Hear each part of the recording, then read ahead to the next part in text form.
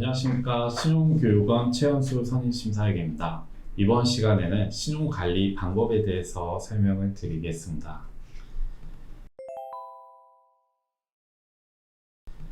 신용이란 무엇일까요? 최초의 신용은 물물 교환이었습니다. 그 당시 사람들은 곡물을 빌리면 동물로 갚았으며 때로는 동물을 빌린 후에는 한참 지나 새끼로 갚는 경우도 있었습니다. 시간이 한참 지나서 돈을 발명했고 이어서 신용과 금융을 발달시켰습니다. 곡물, 금, 은과 같은 물건이 아닌 화폐를 만들어 사용한 것은 교환의 수단을 획기적으로 변화시켰습니다.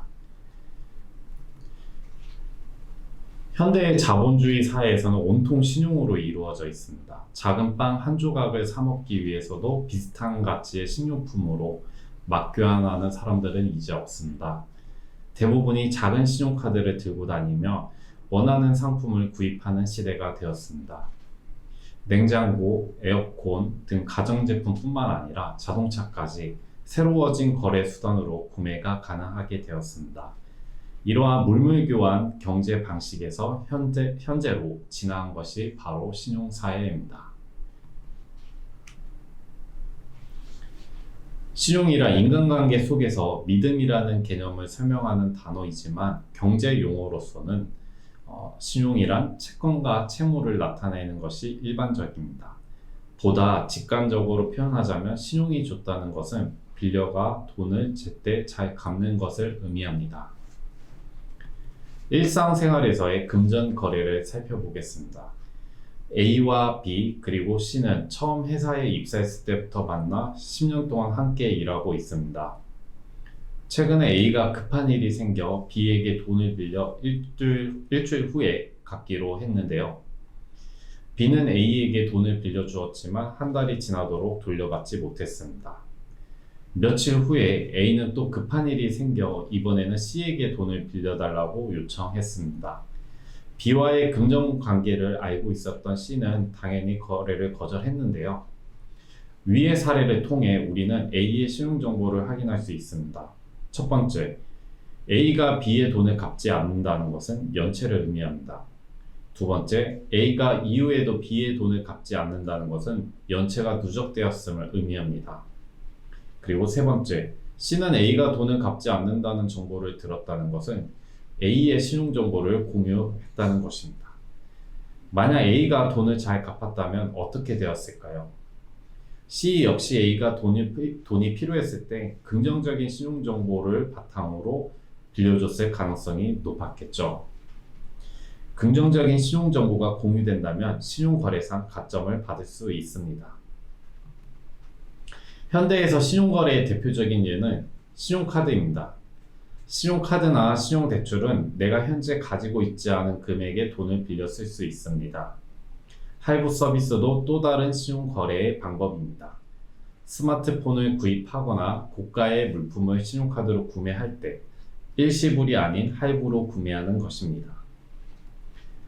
앞의 예시로 다시 돌아가 보면 돈을 빌리고 갚지 않아서 동료들 사이에 돈 안 갚는 사람이라고 소문이 났다면 그것은 곧 신용을 잃었다는 것입니다. 신용이 없다면 정말 급할 때에는 도움을 받을 수 없게 되는데 이는 사회에서도 마찬가지입니다. 신용점수가 낮아지면 신용카드가 정지되고 대출이 불가하여 금융거래가 정지됩니다. 또한 연체가 발생하게 되면 전화, 방문, 채무 독촉을 받게 되고 부동산, 차량, 예금 계좌와 등도 압류되게 됩니다. 좋은 신용을 유지할 경우에는 낮은 금리의 대출 승인이 가능하고 언제 어디서든지 필요한 신용거래 한도를 부여받을 수 있습니다. 개인 신용점수는 주로 연체나 신규 대출금 증가에 따라 변동되지만 상당 부분은 개인 신용점수 관리 방법에 대한 개인의 정보 부족이나 관리 소홀 등에 기인하고 있습니다. 따라서 개인 신용점수를 관리하는 것은 매우 중요합니다. 구체적으로 올바른 신용관리 방법을 한번 알아볼까요? 체크카드와 신용카드 어느 것이 더 유리할까요? 우선 자신의 성향에 맞는 카드를 선택해야 됩니다. 신용관리를 잘할 수 있다면 신용카드가 유리한데요. 신용카드는 할인, 적립과 같은 각종 혜택을 제공하기 때문에 현금을 사용할 때보다 적은 돈으로 거래를 할 수 있습니다. 하지만 거래 즉시 돈이 오가지 않기 때문에 내가 얼마나 돈을 쓰고 있는지 몰라 가소비를 하게 될 수 있습니다. 소비 관리를 잘하고 싶다면 체크카드가 유리한데요. 체크카드는 계좌 잔액만큼만 사용할 수 있기 때문에 가소비를 막을 수 있다는 장점이 있습니다. 또한 언제든지 사용 내역을 계좌를 통해 확인할 수 있어 소비 관리에 중점을 두고 있는 분들에게 유리합니다. 세테크를 추구한다면 체크카드가 유리한데요.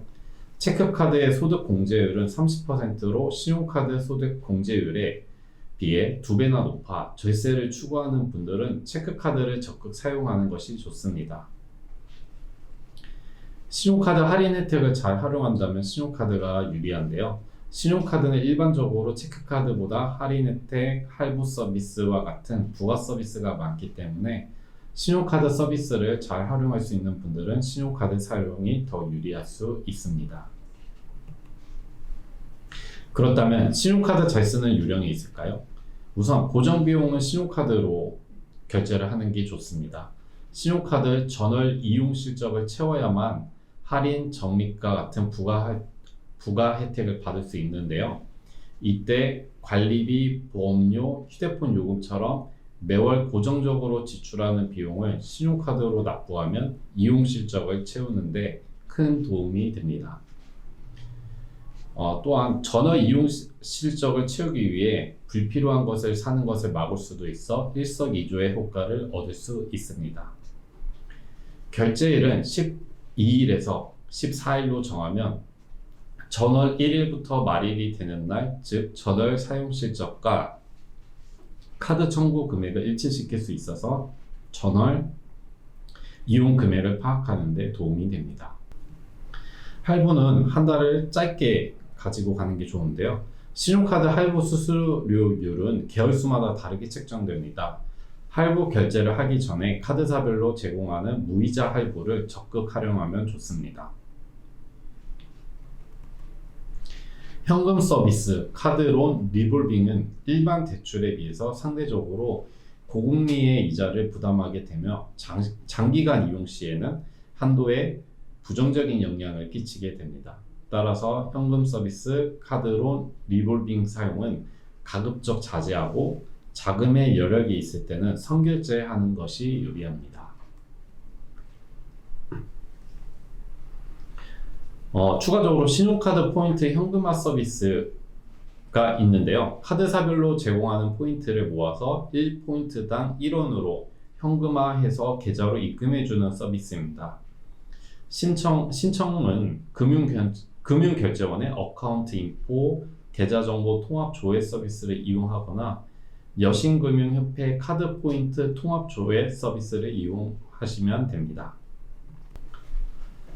주택담보대출을 받으시려는 분들은 반드시 알아야 할 사항이 있는데요.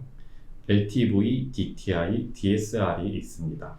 우선 LTV는 주택담보대출 비율로 주택을 담보로 돈을 빌릴 때 인정되는 자산가치 비율입니다.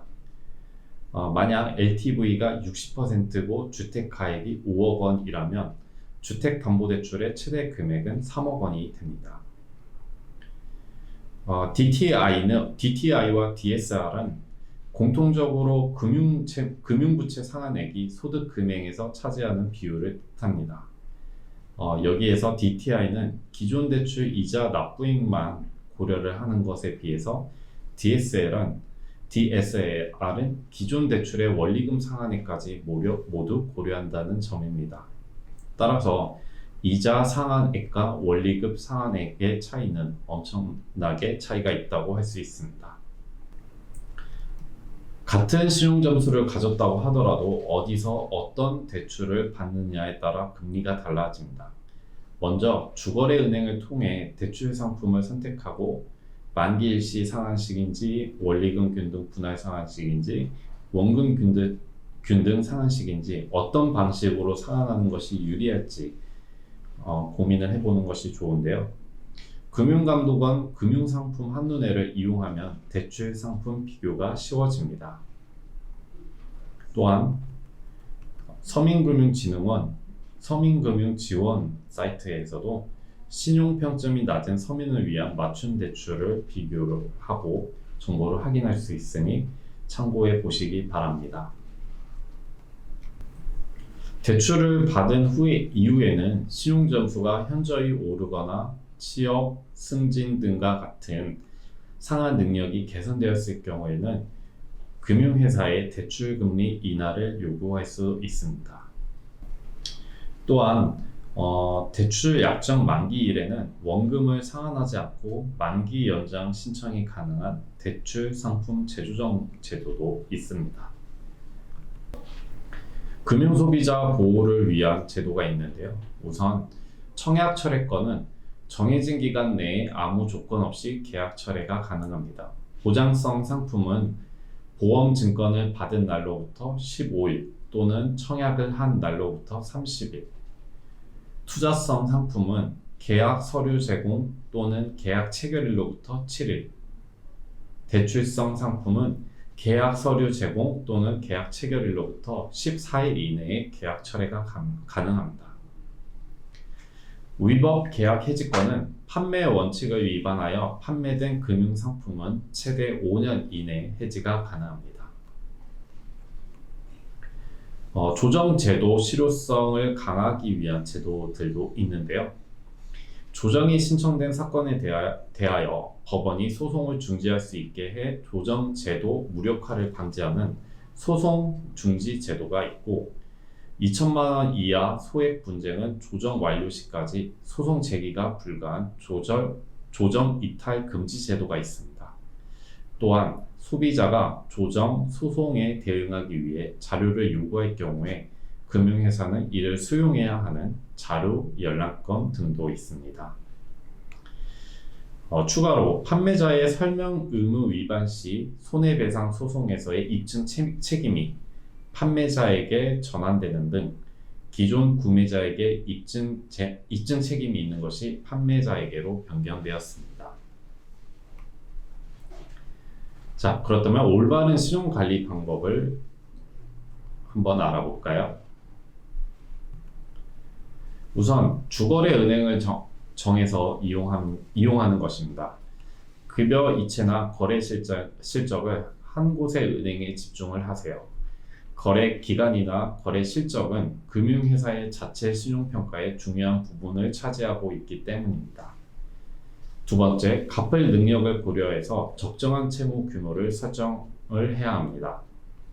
소득 대비 채무가 많으면 연체 위험이 상승한 것으로 평가되어서 개인 신용 점수가 하락합니다. 따라서 본인의 소득 규모, 기본적인 생활비를 감안해서 감당할 수 있는 수준의 채무 규모를 설정하고 정해진 규모 안에서 대출과 신용카드를 사용해야 합니다.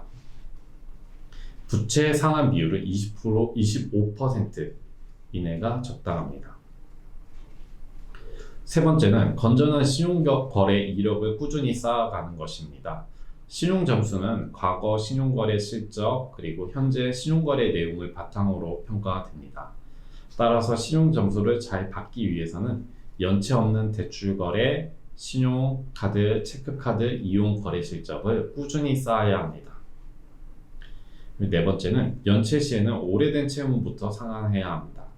여러 건의 연체가 발생하여 연체 기간이 길어지면 신용 점수가 급격히 하락합니다. 다수의 연체건이 있다면 가장 오래된 연체건부터 상환을 해서 연체 정보로 인한 개인 신용평가상 불이익을 줄여야 합니다. 다음으로 주기적인 결제 대금은 자동 이체를 이용하는 것인데요. 자동 이체를 이용하면 자신의 부주의로 인해서 발생하는 연체를 미연에 방지할 수 있고요. 은행에서는 자동 이체도 거래 실적에 포함이 됩니다. 카드 대금, 통신 요금 같은 소액 연체도 발생 횟수가 증가하면 신용점수 하락을 초래하므로 자동 이체를 활용하고 미리 통장 잔액을 확인을 해야 합니다. 다음으로 연체는 단 하루라도 하지 않으셔야 하는데요. 연체 정보는 개인의 신용평가에 가장 부정적으로 영향을 미치는 요소이기 때문에 계획적이고 합리적인 소비를 생활화하여 소액이라도 절대 연체가 발생하지 않도록 관리해야 합니다. 인터넷, 전화 등을 통한 대출은 신중하게 결정을 해야 합니다. 인터넷이나 전화 등을 통한 대출은 빠르고 편리하지만 대부분 고금리를 요구하는 경우가 많습니다. 또한 개인정보를 탈취하는 금융사기에 휩쓸릴 가능성도 있기 때문에 더욱 신중하게 결정해야 합니다. 여덟 번째로, 연락처가 변경되면 해당 금융회사에 통보를 하셔야 합니다. 금융회사의 주소, 이메일, 전화번호의 변경을 통보하지 않는 경우에는 청구서가 제대로 전달되지 않고 연체가 발생되더라도 금융회사로부터 안내를 받지 못하는 상황이 발생할 수 있습니다. 다음으로, 신용 점수는 주기적으로 확인하는 것이 좋습니다. 어떤 금융행위가 신용에 도움이 되는지를 알 수 있으며 혹시 나의 개인정보가 유출되고 있는 건 아닌지를 확인해 볼 수 있습니다. 마지막으로는 신용과 금융에 대해 항상 관심을 가지고 실천하는 것이 중요합니다. 다음으로는 오해하기 쉬운 신용 상식을 퀴즈 형식으로 설명을 드릴게요. 우선, 연체 대금을 다 갚으면 신용 점수가 즉시 오를까요? 연체했던 사실은 완제 후에도 일정 기간 남아 신용에 영향을 줍니다. 따라서 정답은 X. 두 번째, 개인 자산이 많으면 신용 점수가 높을까요? 재산과 신용 점수는 무관합니다. 재산이 많아도 금융거래가 없으면 신용을 평가받을 수 없기 때문에 정답은 X입니다. 세 번째, 대출이 많으면 신용에 악영향을 미칠까요? 대출이 많다고 무조건 신용이 나빠지지 않습니다. 적정한 대출금을 연체 없이 꾸준히 상환하면 신용에 긍정적인 영향을 주기 때문에 정답은 X입니다. 네 번째, 소액 연체는 신용에 크게 영향을 미치지 않을까요? 아무리 적은 금액이라도 연체 횟수가 많아지면 신용에 부정적인 영향을 미치게 됩니다. 따라서 정답은 X입니다. 다섯 번째, 세금 체납은 신용도에 영향을 줄까요? 체납 발생일로부터 1년이 경과하고 체납액이 500만 원 이상이면 신용정보 조회표에 체납 사실이 등재가 됩니다. 따라서 정답은 O입니다. 여섯 번째, 신용 거래를 전혀 하지 않으면 신용 점수가 좋을까요? 거래 내역이 없으면 신용을 판단할 정보도 없기 때문에 신용평가를 받을 수가 없습니다. 따라서 정답은 X입니다. 일곱 번째, 본인의 신용정보를 자주 열람하면 신용점수는 하락할까요? 신용정보 조회 기록은 신용평가 항목에 포함되지 않습니다. 그래서 주기적으로 신용을 점검해 보는 것이 좋습니다. 마지막, 가족의 신용정보는 공유될까요? 개인 신용정보는 가족 정보와 무관합니다. 따라서 나의 신용은 스스로 잘 지켜나가야 합니다. 네, 이상으로 신용관리 방법에 대해서 설명을 드렸습니다.